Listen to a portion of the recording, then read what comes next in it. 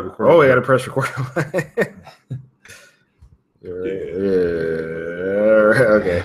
All right. Recording. Are you recording? Yeah, I'm recording on mine. I'm recording mine. This is the pilot episode, first episode. Okay. All right. Recording. Are you recording? Yeah, I'm recording on mine. Wow. Holy amateurs. There you go. Terrible. Start that again. Not terrible. So, Ryan and I are we're amateurs, but this isn't our first podcast. That said, one of the rules that we have for this podcast, which is the worst of the best, so we're going to pick the worst of the very best things, is we're just going to run for 20 minutes, and we're going to just be done when we're done. No editing, nothing. So we're going to go live. We're not going to cut out the ums or ahs or ands. So our time is limited, Ruben. It is. Our time is limited. You're burning daylight, Ryan. Okay. So a little background. Okay, well, my name is Ryan. Nice to meet everybody here. I'm Ruben. Nice to meet most of you. Ruben is my brother. Ryan's also my brother. And we're in Ruben Studios, here in the lovely Ruben Studios. Thanks, Ryan. All right, so Ryan and I have a podcast that we discuss all things Rocky, the movie Rocky, the franchise Rocky.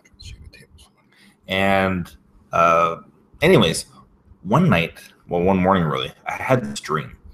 And I dreamt that I was listening to Pearl Jam Vitalogy album, which is, I think, their third album. And the song Bugs came on. This is, again, in my dream. And I thought, well, this is a terrible song. And how do they have this? Then I had this idea in my dream of having a podcast of picking some of the best things and finding out what's the worst of it. Okay. Did I do a good job explaining that? I don't know. Because I know what you're talking about. Yeah. I'll just do a quick rephrase. Please do. So basically, we have another podcast called the Rocky Podcast. And Ruben came up with the idea for another podcast where we take the best. We don't choose what's best. No. The internet or the public or you, the viewer, has already chosen through ticket sales, book sales, basically through sales of the product, what the public buys. They've picked out what is the most successful, the best. And so we're doing Pearl Jam today. Because that was my dream. Because in honor of Ruben's dream with the idea, that's right, we're choosing today's first episode will be on Pearl Jam. And we're choosing, well, not us, but we're using the best 4 top-selling Pearl Jam albums. Now, of course, with anything that, whether it's food, art, music, that's subjective. What's not subjective is how many was sold. That's right. Like, what's the number one selling ketchup? Those things aren't subjective. Our take on what is the absolute worst of the best is. So the top 4, do you know what the top 4 selling albums? Well, okay. So yeah, for disclosure, we haven't revealed what we feel individually is the worst song from each of the top 4 albums of Pearl Jam. So I don't know Ruben's picks. He doesn't know mine. We may overlap. I don't know. We'll find out. We better, at least on Vitalogy. So just so we're clear, the number 1 top-selling Pearl Jam album, which everyone could probably guess, is their first album, 10. Doesn't mean it's my favorite album of Pearl Jam, but that's the public's most purchased album of Pearl Jam, is their debut album, 10. And I think that's where we'll start. All right, start from the top. So, how many albums did it sell? 13 million. It's crazy. Yeah, I think that's just actually U.S. sales. I don't think that's worldwide sales. Yeah, the numbers that we're given, we don't know if they're U.S. sales or what. I think it's U.S. sales for the 13 million. Usually with music, with a worldwide band, not if they're like a Canadian band, like Tragically Hip. But with American sales, if they're worldwide, it's usually double around the world. Okay. So if they sold 10 million in the States, they sold probably 10 million around the world. That's impressive. It's very, very impressive. And 13 million for any album, let alone their first, is incredible. Do you remember the first time hearing Pearl Jam? The first time I heard Pearl Jam would have been 1990. Is that when their album came out? 91, right? 91. My apologies. Jeez. I know. Yeah. I honestly don't remember. I think the first song I heard from them was Even Flow. And that was the video with them, with Eddie Vedder jumping on the rafters, hanging from the rafters of the theater. It starts off with the live performance, and then it goes into canned music. Right. Because he's like, right. Josh, turn off the lights. This is a rock concert. Is that what? Yeah. Oh, really? And then they go into the song, and Eddie's like headbanging. Yeah, so that's a great kind of opening. I remember when Pearl Jam came out. Right, I was a hair metal fan of Skid Row, Motley Crue, Aerosmith, Guns N' Roses, Metallica, Poison, Def Leppard, AC/DC, all these hard rock bands. So Pearl Jam did go. This was the big burgeoning of the grunge scene, as they called it. But still, all in all, it's just a great rock record. I don't care. Yeah. It's a great rock record, and I begrudgingly loved it. And then I became a fan throughout the years. Ruben, have you ever seen? Yeah, I've seen them. Did you buy the album? I had it on CD. Back in the day. Because I remember the first time I listened to it was on CD. I had a Panasonic Discman. Right. And I listened to it. And I went through the album covering, the liner notes, and all that. And I said, "Wow, he can really sing." He can. Eddie Vedder can still sing to this day. Oh, yeah, he's 52. 52. Yeah, he's in his 50s and looks great. Sounds great too. And they were just inducted into the Rock and Roll Hall of Fame. So whatever that really means, I don't know. Well, it's not nothing. It's something. It's something. I'm not in the Rock and Roll Hall of Fame. Not yet. Not yet. Not with that attitude. That's true. So yeah, I did see. Have you seen them live? Yes, once. Just once. I saw what tour? 2006. Well, that's pretty recent, considering a band from '91. Yeah, but that's like 2006. It was, or maybe it was even earlier. But it was the Riot Act tour. So maybe 2003, 4. Who do you go with? I went by myself, I think. You went to a show by yourself? I think so. You went to Vancouver by yourself?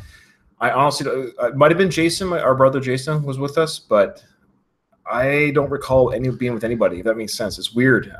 Yeah. I'll tell you what ruined me for concerts. In 1 week, I saw Guns N' Roses, Bruce Springsteen, and Pearl Jam. Wow. That's about it. And then after that, I was like, well, what else? What else to get excited for? What did you say, Pearl Jam? Pearl Jam. No. Guns N' Roses. Yeah. Okay. Bruce Springsteen and Pearl Jam. I think it was all within a week. Yeah. So Jay and I, our brother Jason, and myself, we went to Seattle at the Key Arena. Saw them in their hometown. We had side stage, and they had no stage set up. Really, it's a stage with the speakers, and they had big cords for the speakers, up above. And my line of vision was right on that cord. Didn't ruin the show at all. Yeah, it's incredible. Pearl Jam's an incredible live band. They're kind of like the modern day Grateful Dead. They don't sell the albums, but no band does. They don't quite sell the albums the way they used to, but they tour, and they sell out stadiums, and they put on an amazing show. I don't think anyone comes from a Pearl Jam concert and goes, "Oh, that was boring." They put on a live. They are the quintessential. What's the right word? I would try to correct you, but I don't want to sound as more terrible than you. Okay, fair enough.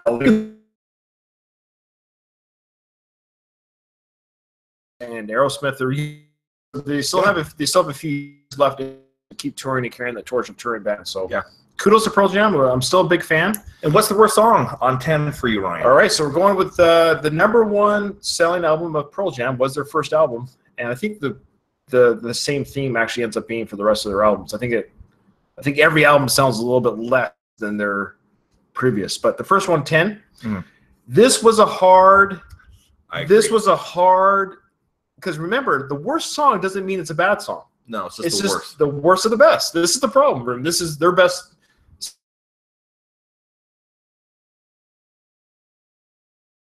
Really good. It's flawless. The only thing that makes it not flawless for me is time. I've just heard it so much that I'm not as excited about it as I used to be, because it's old. It's for us who've been listening to it for 20-odd years. We've heard so much of it. So my least favorite, or the worst song on 10 is, just look at my notes to make sure I got this right, but it's Oceans. The song Oceans. Ryan, I agree with you. Okay.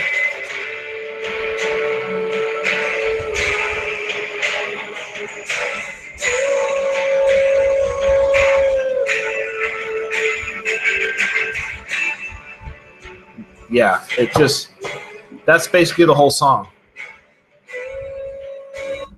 Now that video has over 8 million views.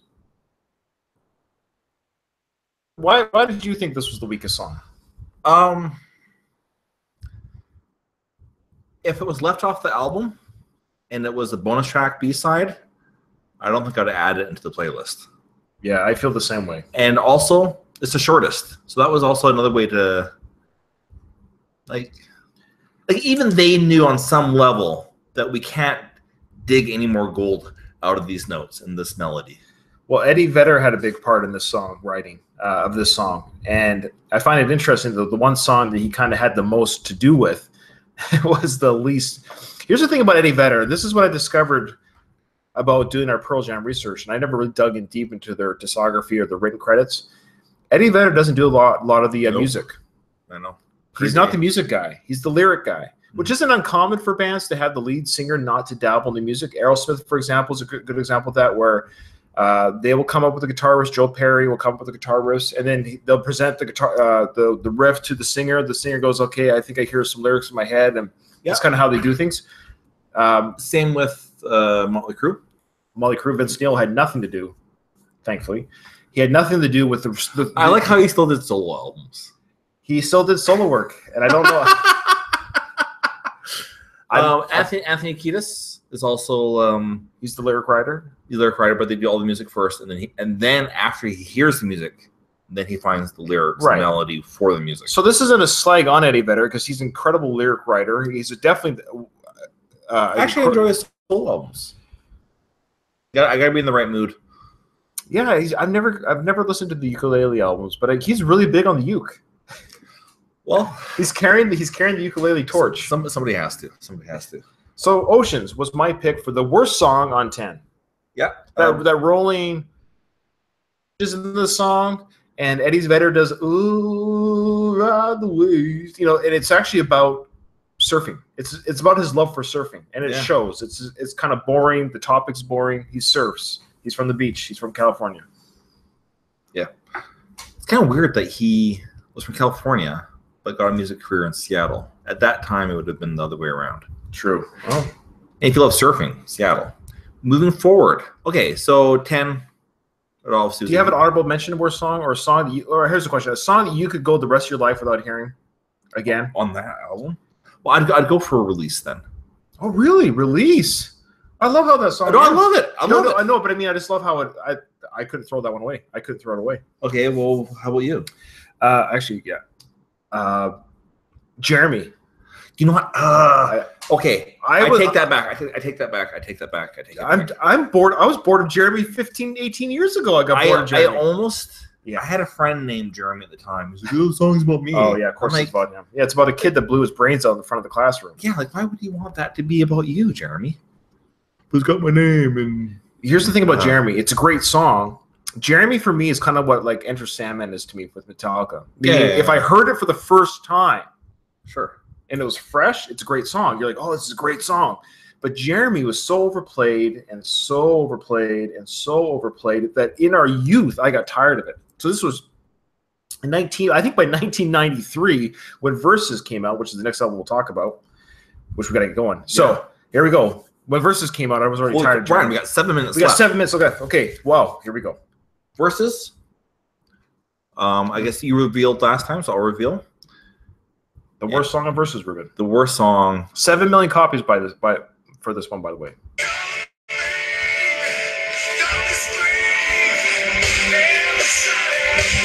Okay, listen.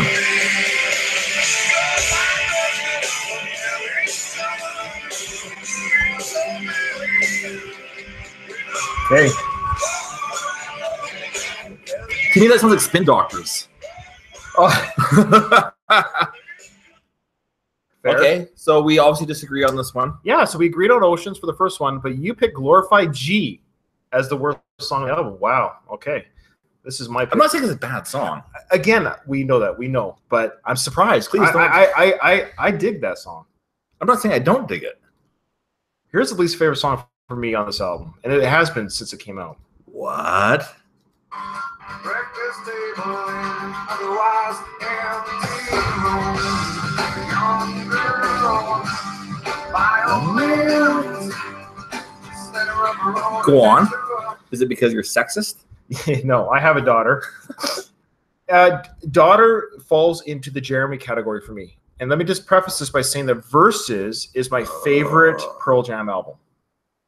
Yes, it's mine as well. It's my favorite. Their sophomore effort Versus was their best album by far. And this one, I even had a harder time finding a song that I didn't like. I like every single song on this album more than I like on 10. And to top it off, I had to say to myself, well, what's the one song that if I could never hear it again, I could live without Daughter the most? I could in fact, the last time I've heard that song in its entirety was when I saw them live. Really? I just skip it every time. Skip. It's the Enter Salmon. It's the Enter Salmon syndrome. Another thing I don't like about Glorified G is it's a little preachy. Okay, explain yourself. Well, I don't have the lyrics in front of me. I'm most people that forget the lyrics. But it goes like, it's pointing down guns. It's about gun control. I never shot a living thing. Yeah. It's just a glorified gun. All right. Third album. And this album, if it did not have some of the crappy songs on it, it would be my favorite album. I'm glad you brought that up, Ruben. Vitalogy, their third album, and again, record sales is their top third album, selling album. This album is incredible. The songs that work on this album are incredible. They overshadow their first two releases, but they have some really. This one was harder to find a worse song because there's a few really bad songs on this album. Mm-hmm. So to find the worst song on Vitalogy was actually a little bit harder. Which one did you pick there, Ru? Oh, it's my turn. Okay, so this is the one that I picked, and this is barely a song. It's not a song, but let me just, for the audience, here we go. I'll give you a sample of it here.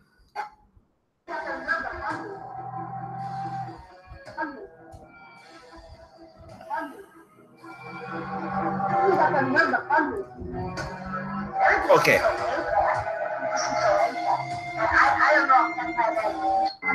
Okay, stop. All right. Okay, so that's called, first of all, I didn't even consider it a song. It's a track. Okay, so it's called Hey, Foxy Mop Handle Mama, That's Me. Now, I agree. So it's barely a song, but they took 7.5 minutes. This is why I hate it so much too, is because they took 7.5 minutes of disc memory space for what? Well, they could have just, and they already had a couple bad fillers on this album. Okay, for what? I'll tell you my theory is I think Mr. Vedder was too uncomfortable with fame and praise. I think he was trying to whittle down fans. My honorable mention, if you want to go into songs, is Pride 2. That's when he just spells out privacy over and over again. It's 1.5 minutes long. Another throwaway track. Oh, okay. All right. Your pick.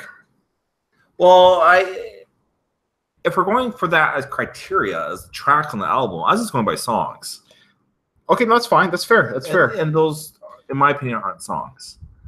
But right, did they have the chorus? Did they have a melody? No, but they're considered songs in that there's musical instruments being played. There's musical instruments being played. Okay, all right. And there's credited tracks. But I know what you're saying. Yeah, it's barely a song. I agree. But Pearl Jam took the time to put this on their album, gave it a track number, and if you throw that disc in, it's going to be randomized on your disc player, and it's going to come up as a song. Okay, all right. All right. And this is what was in my this is what was in my dream. Okay. It's the song Bugs. So I think I've already given that away. That's great. Pick, by the way. I agree with you. If as far as the song, this song is horrible. I almost picked it. Go ahead and play Love of that. All right. Bugs, Vitalogy. It was so bad. It was in my dream. Bugs in my shoes. Bugs in the way I feel about you today. Bugs at my window. Trying to get in. They don't. All right. Yeah. All right. Bugs. Bugs. Less on the podcast here. Yeah. So Bugs. Oh, we just got about a minute left. Well, we'll have to go over a little bit, but yeah, we got to keep in mind. We gave a few minutes introduction to the show. It's the premiere episode. Okay. All right. So Bugs. All right. We go there. No Code. No Code. One of my favorite albums. Agreed. Because of most of the songs. Agreed. There was a few songs that, not tracks, but a few songs I could have I could have gone with that. Which one? The one I could have gone without. Yeah. Right here. Here's mine. So, by the way, I got to mention 93, 94, Yeah. 91, 93, I think it's 95 or something like that. and then 96. 4 albums in 5 years. Not too shabby. So the song that the worst song on No Code for me is I'm Open. Lies in his bed in a room with no door. He waits, hoping for a presence, something, anything to enter. After spending half his life searching, he still felt his life. So this song here, it's like Jim Morrison type. Eddie Vedder is giving his poetry reading, and then he sings I'm open. So it's just extremely boring. I'm not saying the lyrics aren't poignant. I'm not saying that they're not interesting in the lyrics. The song is just kind of boring. It doesn't go anywhere. And my honorable mention is the first track, Sometimes, but it ends well. So that's why this one is my least, or is the worst song of their album, No Code, is I'm Open. I pick Sometimes. There you go. Just the boring. Just the boring. Okay, Ryan, to the end. I just fast forward to the end. You can't even notice the difference. Okay. Oh, there's right here, right about here. Oh, you're right. Maybe the whole song. Yeah. So Sometimes it's a terrible song. I have to say it's a terrible song, but it's definitely the worst on their fourth best album, No Code. We got Sometimes and I'm Open. Well, I'm just gonna want to. Do you have an honorable mention? I do. My favorite album Outside of the four? outside of their top 4 best-selling albums. Uh-huh. My favorite album of theirs in the recent years of the 2000s is Riot Act. I love the album Riot Act. Yeah, it's a good album. And the song on Riot Act that is my least favorite, I don't have queued up, so we'll have to get back to that. But anyways, what was it? it's track. Those who want to look, it's like track 12. Okay, All all right. Yeah, I can't remember the name. For me, it's a live album, live on 2 legs. Okay. It came out in '98. Daughter on there Oh, really? Why Daughter on the live version? because they hijacked it with singing other songs at the end of it, Oh, okay. Got and it. it's just like, all right. Like, I know they love Neil Young and all that, and I love Neil Young too. My apologies. The last song on the album, All or None, Riot Act, worst song on my favorite album in the 2000s. So you could have gone for none.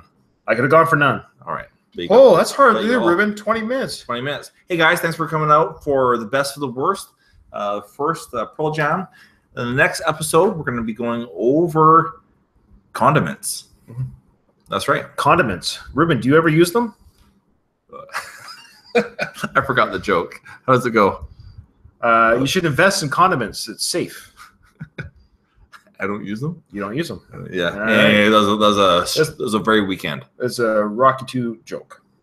Anyway, so condiments. We're going to go over the top 4 best-selling condiments, honorable mention, and we're going to do a blind taste test. Until then, We haven't thought of a sign-off, have we? no. Until then, I hope we weren't the worst part of your day.